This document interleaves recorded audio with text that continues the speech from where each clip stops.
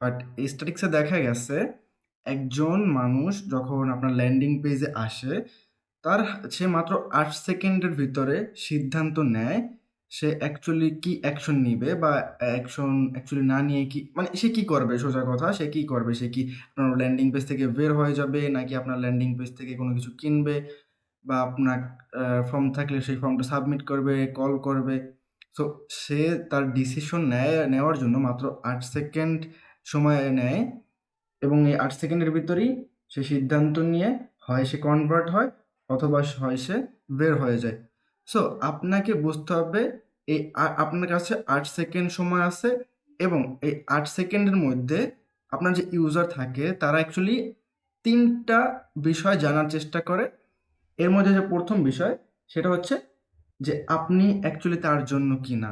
আপনি যেটা অফার করতেছেন, আপনার যে সার্ভিস হোক, আপনার যে প্রোডাক্ট হোক, যাই হোক, সেটা অ্যাকচুয়ালি তার জন্য কিনা। এটা হচ্ছে সে ১ম জিনিস সে বোঝার চেষ্টা করে। ২য় যে জিনিস সেটা সে বোঝার চেষ্টা করে সেটা হচ্ছে আপনি তার প্রবলেম সলভ করবেন কিনা। আপনি তার প্রবলেম সলভ করতে পারবেন কিনা। সে যে স্পেসিফিক সমস্যায় ভুগতেছে, তার যে স্পেসিফিক প্রবলেম আছে, আপনি সেটা সলভ করতে পারবেন কিনা। 3rd যে বিষয়টা সেটা হচ্ছে এই মানুষটাকে ট্রাস্ট করা যায় কিনা। এবং এই ৩ টা বিষয় সে ১ম ৮ সেকেন্ডের ভিতরে অ্যাকচুয়ালি বোঝার চেষ্টা করে। এবং আপনি যদি এই ৩ টা কনফিউশন, ৩ টা প্রশ্ন বা এই যে ৩ টা বিষয় তাকে যদি প্রপারলি বোঝাতে পারেন, তাহলেই আপনার একটা ভালো ল্যান্ডিং পেজ বানানো সম্ভব বা একটা হাই পারফর্মিং ল্যান্ডিং পেজ বানানো সম্ভব। ওকে, সো চলুন আমরা আজকে ডিসকাস করি এই কিভাবে আপনি আপনার ল্যান্ডিং পেজটাকে অ্যাকচুয়ালি আরো ভালো করতে পারেন, কি, কি থাকা উচিত আপনার সেই ল্যান্ডিং পেজে সেইসব বিষয় নিয়ে। সো তার আগে বলি ল্যান্ডিং পেজ কি? ল্যান্ডিং পেজ কিন্তু শুধু ওয়েবসাইট না।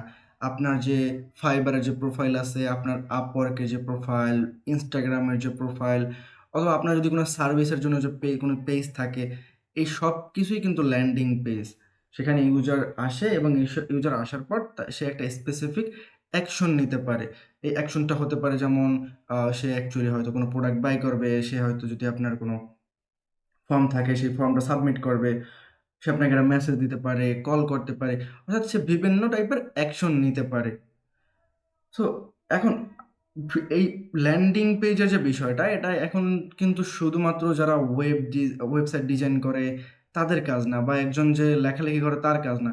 এটা কিন্তু এখন আপনি যদি একজন স্মার্ট মার্কেটার হতে চান, একজন ডেটা ড্রিভেন মার্কেটার হতে চান, আপনার ল্যান্ডিং পেজ সম্পর্কে জানা বাধ্যতামূলক। ল্যান্ডিং পেজ সম্পর্কে এট লিস্ট আ ফাউন্ডেশন আপনার জানা থাকা দরকার। আপনি যদি ল্যান্ডিং পেজ সম্পর্কে কোনো ধারণাই না থাকে, আপনি যদি কিছুই না জানেন যে কিভাবে একটা ভালো ল্যান্ডিং পেজ হয়, ভালো ল্যান্ডিং পেজ কেন দরকার? এইসব বিষয়ে যদি আপনার কোনো ধারণা না থাকে, তাহলে আপনি অ্যাকচুয়ালি মার্কেটিং এ ভালো করতে পারবেন না। সো ল্যান্ডিং পেজ সম্পর্কে ফাউন্ডেশন ক্লিয়ার হওয়া ভেরি, ভেরি ইম্পোর্টেন্ট। আমরা আজকের এই ভিডিওতে আমি চেষ্টা করব আপনাদের সাথে ৬ টা সেকশন শেয়ার করার। যে ৬ টা সেকশন যদি আপনার ল্যান্ডিং পেজে থাকে, আপনার ল্যান্ডিং পেজকে আপনি একটা ভালো ল্যান্ডিং পেজ হিসেবে কনসিডার করতে পারেন। এবং এই ৬ টা কি সেকশন? এর মধ্যে যে ১ম সেকশন সেটা হচ্ছে হিরো সেকশন। তারপর থাকে প্রবলেম, স্পেসিফিক ইউজার যে প্রবলেমটা থাকে সেটা। তারপর থাকে সলিউশনের জন্য একটা সেকশন। এরপর প্রুফ বা কেস স্টাডির জন্য একটা সেকশন। এরপর থাকে অফার এবং সবশেষে থাকে একটা call to action section. So চলেন আমরা প্রত্যেকটা সেকশন একটু, একটু করে বোঝার চেষ্টা করি। সো ১ম যে সেকশনটা সেটা হচ্ছে হিরো সেকশন। হিরো কি? আপনি যখন কোনো ল্যান্ডিং পেজ, কোনো ওয়েবসাইট ঢুকবেন, তখন ১ম এ মানুষ যে লেখাটা দেখে, ১ম যে লেখাটা আপনি দেখবেন, সেই লেখাটাই হচ্ছে অ্যাকচুয়ালি হিরো সেকশন। সো এই হিরো সেকশনের মাধ্যমে অ্যাকচুয়ালি মানুষজন সিদ্ধান্ত নেয়, আপনার ইউজাররা সিদ্ধান্ত নেয়। ওই যে ১ম এ বললাম ১ম ৮ সেকেন্ড তারা ৮ সেকেন্ডের ভিতরে তারা সিদ্ধান্ত নেয় এবং এই হিরো সেকশন সেখানে সবচেয়ে বেশি ইম্পোর্টেন্ট রোল প্লে করে। সো আপনার হিরো সেকশন দেখার পরেই মানুষ আসলে সিদ্ধান্ত নেয় যে সে পরবর্তী সেকশন দেখবে কিনা বা পরবর্তীতে আরো যে আপনার পেজের যে অংশগুলো আছে সেগুলো এক্সপ্লোর করবে কিনা। সো হিরো সেকশনে আসলে ২ টা জিনিস থাকে। একটা হচ্ছে হেডলাইন এবং একটা থাকে সাব হেডলাইন। সো আপনার উচিত হবে এই হেডলাইন এবং এই যে সাব হেডলাইন থাকবে এটাকে পাওয়ারফুল বানানোর চেষ্টা করা। এটা যাতে আপনার ওয়েবসাইট, আপনার ল্যান্ডিং পেজ আসার সাথে, সাথে মানুষ যেন বুঝতে পারে যে অ্যাকচুয়ালি আপনি কি কাজ করছেন, বা অ্যাকচুয়ালি আপনি তাদের জন্য কিছু করতে পারবেন কিনা, অর্থাৎ তাদের যে আম, যে আউটকামের জন্য তারা আপনার ল্যান্ডিং পেজে আসলো, সেই আউটকাম তারা পাবে কিনা সেটা আপনাকে প্রথমেই ক্লিয়ার করতে হবে, এবং এই হিরো সেকশনে সেটা ক্লিয়ার করতে হবে। আমরা যদি একটা এক্সাম্পল দিই, ধরেন আপনার ল্যান্ডিং পেজে ছিল, প্রথম ছিল হিরো সেকশনে ছিল এরকম যে আমি একজন প্রফেশনাল কপিরাইটার, এটা ছিল আপনার ল্যান্ডিং পেজের কপি হিরো সেকশন। কিন্তু এই হিরো সেকশনটাকে যদি আপনি একটু ঘুরিয়ে এভাবে লেখেন যে আপনার কি কপি কাজ করছে না, তাহলে আমি সেটা ফিক্স করি। যার সো যার কপি কাজ করতেছে না সে কিন্তু ইনস্ট্যান্টলি এখানে হুক হয়, এবং যেহেতু তার কপি কাজ করতেছে না তার সাথে যেটা যদি মিলে যায় সে কিন্তু ইনস্ট্যান্ট থেমে যাবে। আপনার প্রথম কি ছিল, প্রথম যে হিরো সেকশন ছিল সেটা ছিল যে আমি একজন প্রফেশনাল কপিরাইটার, বাট আপনি এটাকে রিলেট করে কি লিখলেন যে আপনার কি কপি কাজ করতেছে না, আমি সেটাকে ফিক্স করি। সো দেখেন দুইটার মধ্যে কিন্তু হিউজ ডিফারেন্স। একটা, আপনি জাস্ট বলতেছেন আপনি নিজের সম্পর্কে যে আমি একজন প্রফেশনাল কপিরাইটার, এবং অন্যটা বলতেছেন তাকে ট্রিগার করে যে তার প্রবলেম কি যে আপনার হিরো সেকশন কাজ করতেছে না, এবং সাথে সাথে সলিউশনের সম্পর্কে বলে দিয়েছেন যে আমি সেটা ফিক্স করি। এটা কিন্তু আগেরটার থেকে বেটার। আপনি বুঝতে পারছেন এইভাবে আপনার হিরো সেকশনটা হওয়া উচিত। আমি জাস্ট এক্সাম্পল হিসেবে এটাকে বললাম। সো এক্ষেত্রে দ্বিতীয়টা যে পড়বে, অর্থাৎ আহ, তোমার কপি কাজ করতেছে না, আমি এটা ফিক্স করি, এইভাবে যদি আপনি বলার ফলে যে এই যে দ্বিতীয় যে হেডলাইনটা বা হিরো সেকশনটা, এটা কিন্তু বেশি ভালো কাজ করে। এটা কিন্তু শোনার পর মানুষ দেখার পর ইনস্ট্যান্ট থেমে যাবে। সো এটা গেল আপনার first thing, hero section. So hero সেকশনে আপনার প্রবলেম প্লাস সলিউশন, অর্থাৎ কাস্টমারের বা ইউজারের যে ডিজায়ার আউটপুট, আপনার আপনি সেটাকে এক লাইনে দুই লাইনে বোঝানোর ট্রাই করতে হবে যে না, সে সঠিক প্লেসেই এসেছে, এবং সে যদি সে বাকি যে কন্টেন্টগুলো আছে আপনার বাকি যে সেকশনগুলো, এরপর সে সেগুলো এক্সপ্লোর করবে যদি আপনার হিরো সেকশনটা ভালো হয়। তো হিরো সেকশনের পর ২ নম্বরে যে সেকশনটা আসে সেটা হচ্ছে দ্বিতীয়তে আপনার থাকবে প্রবলেম সেকশন। আচ্ছা, প্রবলেম সেকশনে এইখানে আপনি তার যে সমস্যাটা সেটা অ্যাকচুয়ালি তুলে ধরবেন। এখন এই সমস্যা তোলার ক্ষেত্রে আমরা অনেক সময় একটা ভুল করি, আমরা টেকনিক্যাল ভাষায় বলি, অর্থাৎ আমরা জার্গন ওয়ার্ড ইউজ করি। কিন্তু আপনার বুঝতে হবে, আপনি যদি টেকনিক্যাল ওয়ার্ড ইউজ করেন, টেকনিক্যাল ওয়ার্ড আপনি একজন মার্কেটার আপনি হয়তো বুঝবেন, বাট যে আপনার ইউজার সে কিন্তু টেকনিক্যাল ওয়ার্ড বুঝবে না। তার জন্য আপনাকে নন টেকনিক্যাল ভাষায়, ইউজারের ভাষায় বলতে হবে, কোনো জার্গন ইউজ করা যাবে না। সো আমরা যদি বলি এটা টেকনিক্যাল ওয়ার্ড এবং নন টেকনিক্যাল ওয়ার্ডের এক্সাম্পল দিই, তাহলে আপনার বুঝতে বিষয়টা ক্লিয়ার হবে। সো আপনি টেকনিক্যাল ওয়ার্ডটা কি, যে লো কনভার্সন রেটের কারণে আরওআই কমছে। সো দেখেন এখানে আমি কনভার্সন রেট, আরওআই, এই যে ওয়ার্ডগুলো ইউজ করলাম, এগুলো যে নর্মাল একজন ইউজার বা যে হয়তো নর্মাল বিজনেস করতেছে তার জন্য হয়তো বা ইজি না, তার সে হয়তো বুঝতে পারবে না। এগুলো এই জন্য এগুলো টেকনিক্যাল ওয়ার্ড। বাট আপনি যদি তার ভাষায় এইভাবে বলতেন যে আপনি প্রতিদিন অ্যাডে টাকা ঢালতেছেন, বাট আপনার অ্যাড থেকে সেলস আসছে না, সে কিন্তু এটা বেশি রিলেট করতে পারে। লো কনভার্সন রেট, আরওআই খারাপ, এটার থেকে সে কিন্তু যেহেতু আপনি টাকা স্পেন্ড করতেছেন বাট সেলস আসছে না, এটাকে সে বেশি রিলেট করতে পারে। সো আপনাকে নন টেকনিক্যাল ভাষায় প্রবলেমটাকে তুলে ধরতে হবে যে এটা হচ্ছে তোমার প্রবলেম, এবং আপনি যখন এভাবে বলবেন আপনি সাথে সাথে তার মাথার ভিতরে ঢুকে যাবেন, সে আপনাকে ফিল করতে পারবে, অ্যাকচুয়ালি ফিল করতে পারবে। সো এটা গেল আপনার দ্বিতীয় সেকশন। এবং ৩ নাম্বার সেকশন আপনার যেটা থাকা উচিত সেটা হচ্ছে সলিউশন। সো প্রথমে থাকলো হুক, তারপর থাকলো প্রবলেম, এবং ৩ নম্বরে আপনি প্রবলেমের পরপরই আনবেন সলিউশন। এখন এই সলিউশন সেকশনে আপনি তাকে এমনভাবে বলবেন যে তোমার যে সমস্যাটা, তার সমস্যা কি ছিল, তার অ্যাড অ্যাডে টাকা ঢালতেছে বাট রেজাল্ট আসছে না, অর্থাৎ তোমার যে সমস্যা সেটার সমাধান আছে। আপনি এখানে তার সমাধানটা সম্পর্কে সমাধান আছে যে সেই আশ্বাসটা দিবেন যে তোমার যে সমস্যা সেই সমাধানটা আমাদের কাছে আছে, এবং আপনি সেটা করতে পারেন। আপনার কিন্তু এইখানে ভুলেও অফার করা যাবে না। আমরা বেশিরভাগ মানুষ এই ক্ষেত্রে ভুল করে ফেলি, আমরা ডিরেক্টলি এখানে সেল করতে চলে যাই, এবং এখানে আমরা অথবা আরেকটা ভুল করি যে নিজের কথা বলতে যাই যখন সলিউশনের কথা আসে, যে প্রবলেম তোমার এটা, এখন আমার ৫ বছরের এক্সপিরিয়েন্স, আমি ৫ বছর ধরে অ্যাড রান করতেছি, ১০ বছর ধরে অ্যাড রান করতেছি। সো এরকম সলিউশনে চলে আসি, নিজের সম্পর্কে বলি, এটা করা যাবে না। আপনার সলিউশনে আপনাকে আউটকাম দেখাতে হবে। আউটকাম আপনি কিভাবে দেখাবেন? আপনি এইভাবে বলতে পারেন যে, আমি তোমার ১০০ টাকা স্পেন্ড করলে বা ১,০০০ টাকা স্পেন্ড করার মাধ্যমে আমি ৫টা লিড আনবো বা ১০টা লিড আনবো। অর্থাৎ তাকে আপনি রেজাল্ট ওরিয়েন্টেড যে আউটকাম সেটা দেখাবেন। সে এত টাকা স্পেন্ড করলে এত টাকা রিটার্ন পাবে। এইভাবে তাকে আউটকাম দেখাবেন। প্রসেসটা পরে দেখাবেন। কারণ আপনার কাস্টমার, ইউজার তারা কিন্তু আপনার প্রসেসটা জানতে চায় না। তারা চায় আউটকাম। সেটা তাদের কিভাবে হেল্প করবে। সো এই গেল সলিউশন সেকশন, যেটা ছিল ৩ নম্বরে। ৪ নম্বরে আপনার রাখা উচিত কিছু টেস্টিমোনিয়াল, কিছু প্রুফ অর্থাৎ প্রুফ সেকশন। এই সেকশনে এসে আপনি তাদেরকে তাদের ট্রাস্ট পাওয়ার জন্য তাদের বিভিন্ন প্রুফ দেখাবেন। তাদেরকে বিভিন্ন নাম্বার, রেজাল্ট, ক্লায়েন্ট টেস্টিমোনিয়াল অথবা কেস স্টাডি, এরকম বিভিন্ন জিনিস আপনাদের দেখাতে হবে। এখন আপনি যদি নতুন হন, তবে হয়তো আপনার কোনো টেস্টিমোনিয়াল থাকবে না। যেটা যেটা একদম কমন বিষয়, টেস্টিমোনিয়াল নাই থাকতে পারে। সো আপনি এখানে কি করতে পারেন? আপনি রিয়েল রেজাল্ট দেখাতে পারেন। আপনি বিফোর অ্যান্ড আফটার দেখাতে পারেন।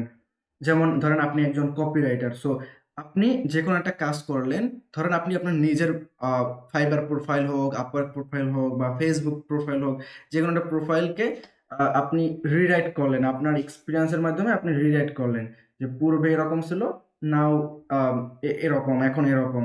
সো আপনি এই যে বিফোর আফটার দেখালেন, এটাও একটা প্রুফ। সো এইভাবে আপনি করতে পারেন। আপনি আপনি দেখাতে পারেন যে কিভাবে আপনি ফাইবারে আপনার ১ মাসের ভিতরে ৩টা অর্ডার পেলেন, ২টা অর্ডার পেলেন। এই যে কেস স্টাডি, এই যে রিয়েল রেজাল্ট, এগুলোই প্রুফ। সো মানুষ অ্যাকচুয়ালি প্রুফ ছাড়া যখন আপনি কিছু বলবেন মানুষের কাছে, সেটা অ্যাকচুয়ালি একটা ক্লেম হয়। বাট আপনি যখন প্রুফ দিবেন তখন সেটা ফ্যাক্ট হয়। সো আপনাকে জাস্ট ক্লেম করলেই হবে না, আপনাকে প্রুফ দেখাতে হবে, এবং যখন প্রুফ দেখাবেন মানুষ মানুষ অটোমেটিক্যালি আপনাকে ট্রাস্ট করবে। সো ৪ নম্বর সেকশনে, আপনার প্রুফ সেকশনের পর আপনার আসবে অফার সেকশন। এখন এই সেকশনে আসার পর এখন আপনি অফার করবেন। আপনার যে স্পেসিফিক সার্ভিস, প্রোডাক্ট যেটাই হোক, আপনি সেটাকে অফার করবেন। এখানে এসে আপনি বলবেন যে আপনার যে সলিউশন সেটার জন্য কত টাকা দিতে হবে, কত দিনে পাবে। এখন আপনাকে এখানে কিন্তু ভেগ হওয়া যাবে না। আপনি কপিরাইটিং আমি ভালো কপিরাইটিং সার্ভিস দিই, এভাবে বললে হবে না। আপনাকে এভাবে একদম এটা প্রপার প্যাকেজ আকারে জিনিসটাকে দিতে হবে যে ৩ দিনের ভিতরে তোমার পুরো কপিরাইটিং সার্ভিসটা পাবে, পুরো ল্যান্ডিং পেজ রেডি পাবে এবং এটার রিভিশন পাবে। যদি তোমার রেজাল্ট না আসে, আমি ফ্রিতে পরের ৩০ দিনের ভিতরে যদি তোমার রেজাল্ট না আসে, আমি পরবর্তীতে রিরাইট করে দেবো একদম ফ্রিতে। অর্থাৎ আপনাকে একটা ক্লিয়ার এবং স্পেসিফিক আউটকাম তাকে দেখাতে হবে। আপনার অফারটা হবে ভেরি ক্লিয়ার এবং ক্লায়েন্ট যাতে ক্লায়েন্টের কাছে যেন একটা রিস্ক ফ্রি মনে হয়, সে যাতে এই ইনভেস্টমেন্টটা করতে অন্য কোনো অবজেকশন না থাকে তার। এইভাবে আপনার সব কিছু মাথায় রেখে আপনার অফারটা বানাতে হবে। আপনাকে শুধু ভেগ কথাবার্তা বললেই হবে না, আপনাকে ভেরি স্পেসিফিক, ক্লিয়ার এবং রেজাল্ট ওরিয়েন্টেড অফার দিতে হবে। তো আপনার অফার যত স্পেসিফিক হবে, মানুষের সিদ্ধান্ত নিতে তত সুবিধা হবে এবং তারা সহজে সিদ্ধান্ত নিবে। সো এরপর ৬ নম্বর সেকশনে আপনার কি থাকবে? ৬ নম্বর সেকশনে থাকবে, যেহেতু আপনি অফার অলরেডি দিয়ে দিচ্ছেন, অফার সেকশন আপনি তুলে ধরছেন, এরপরে থাকবে আপনার কল টু অ্যাকশনের জন্য একটা বাটন। দেখুন, কল টু অ্যাকশন আপনি ১ এর অধিকও দিতে পারেন। কল টু অ্যাকশনের কাজ কি? কল টু অ্যাকশনের কাজ হচ্ছে তার যে কি করা উচিত। এখন সে অফার জানলো, সে সলিউশন জানলো, সবকিছু সে জানলো। এখন তার তাহলে কি করা উচিত? এটাই আপনি বলবেন কল টু অ্যাকশনের মাধ্যমে যে তুমি এখন বাই নাও করো, বা তুমি send a message, fill this form. আপনি তাকে স্পেসিফিক কল টু অ্যাকশন দিলেন যেটা আপনি চাচ্ছেন যে সে এটা করুক। কাস্টমার সে এখন সব জানে, সে এখন এই অ্যাকশনটা নিক। তো এটাই হচ্ছে আপনার কল টু অ্যাকশন বাটন। এখন আপনি ১ এর অধিক কল টু অ্যাকশনও দিতে পারেন, বাট স্ট্যান্ডার্ড হচ্ছে আপনার একটা কল টু অ্যাকশন ইউজ করা। কারণ আপনি যদি ১ এর অধিক কল টু অ্যাকশন দেন, ধরেন আপনি দিলেন যে কল নাও এবং ফিল দ্য ফর্ম, অর্থাৎ কলও করতে পারবে, মেসেজও করতে পারবে। সো এটা অ্যাকচুয়ালি ইউজারের জন্য কনফিউশন হয় এবং সে অ্যাকচুয়ালি কোনোটাই করে না, সে অ্যাকচুয়ালি পেজটা এক্সিট করে চলে যায়। সো আপনার স্ট্যান্ডার্ড হচ্ছে বা বেটার হচ্ছে, আমি যেটা সাজেস্ট করবো যে একটা কল টু অ্যাকশন আপনি ইউজ করেন, পরবর্তীতে চাইলে আপনি হয়তো এবি টেস্টের জন্য 2টা কল টু অ্যাকশনও ট্রাই করতে পারেন। যে যদি আপনার কল টু অ্যাকশন বাটন বর্তমানে হয় যে সাবমিট দ্য ফর্ম অথবা কল, যদি একটা হয়, আপনি পরবর্তীতে আরেকটা ইনক্লুড করে দেখতে পারেন যে কোনটা ভালো পারফর্ম করে। বাট স্ট্যান্ডার্ড হচ্ছে একটা কল টু অ্যাকশন ইউজ করা। আপনার মেসেজটা যত ক্লিয়ার হবে, এই কল টু অ্যাকশন বাটনটা যত ক্লিয়ার হবে, মানুষের জন্য অ্যাকশন নেওয়াটা তত ইজি হবে। এখন কল টু অ্যাকশনের ক্ষেত্রে আরেকটা বোনাস আপনাদের যে সাজেশন দেবো সেটা হচ্ছে এখানে আর্জেন্সি ক্রিয়েট করতে হবে। আপনি যদি এখানে আর্জেন্সি ক্রিয়েট করতে পারেন, তাহলে আপনার মানুষ যে বাকি অংশগুলো পড়ার পরে তো কল টু অ্যাকশনে আসলো, এই সেকশনে আসলো, সো এখান থেকে সে যদি অ্যাকচুয়ালি এক্সিট করে চলে যায়, তাহলে কিন্তু আপনার জন্য সেটা কোনো বেনিফিট দিবে না। সো আপনার কল টু অ্যাকশনটাকে আপনি আরো ভালো বানানোর জন্য যেটা করতে পারেন, এখানে আর্জেন্সি ক্রিয়েট করতে পারেন। আপনি একটা সময় দিতে পারেন যে আর মাত্র 2টা স্লট ফাঁকা আছে, বা আর মাত্র 2 দিন বাকি রেজিস্ট্রেশনের, এই টাইপের, বা 50% অফ 24 ঘন্টা, আগামী 24 ঘন্টার জন্য, এই টাইপের যে আর্জেন্সিগুলো, আপনি এইগুলো ক্রিয়েট করতে পারেন। আপনি যখন আর্জেন্সি দিবেন, আপনার কল টু অ্যাকশনটা তখন বেশি ভালো কাজ করবে।